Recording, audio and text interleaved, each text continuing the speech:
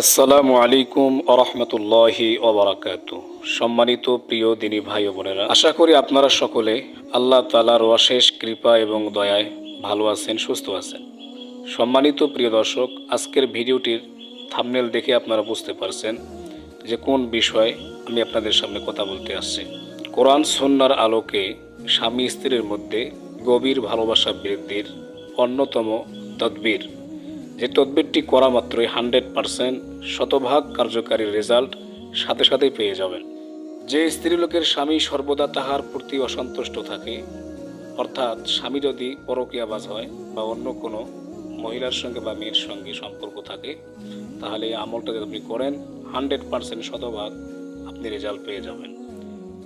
অথবা কোনো স্বামী যদি দেখে তার স্ত্রী মন সে পাইতেছে না, অন্য পরপুরুষের সঙ্গে লেনদেন উঠা বসা, তাহলে স্বামী যদি আমলটি করে 100% শতভাগ কার্যকারী রেজাল্ট পেয়ে যাবে।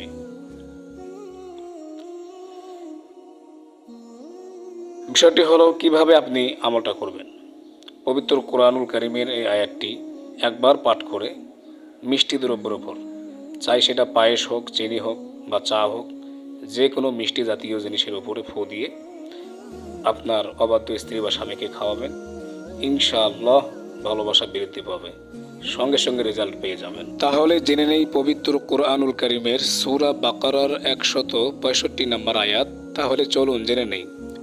وَمِنَ النَّاسِ مَن يَتَّخِذُ مِن دُونِ اللَّهِ أَندَادًا يُحِبُّونَهُمْ كَحُبِّ اللَّهِ। সম্মানিত প্রিয় দর্শক, আল্লাহর ওপর পূর্ণাঙ্গ আস্থা ও বিশ্বাস রেখে পবিত্র কোরআনুল কারীমের এই আয়াতখানা 1 থেকে 3 বার পাঠ করে মিষ্টি দ্রব্যের উপর ফু দিয়ে আপনি আপনার অবাধ্য স্বামী অথবা অবাধ্য স্ত্রীকে খাওয়াবেন। ইনশাআল্লাহ সঙ্গে সঙ্গে রেজাল্ট পেয়ে যাবেন। এটা পরীক্ষিত একটি আমল। এই তদবিরটি আপনাদের দোয়ায় অনেককে আমি দিয়েছি, অনেকে উপকৃত হয়েছেন। আল্লাহ তাআলা সকলের মনের ন্যাক বাসনা কামনা পূরণ করুন, আমিন।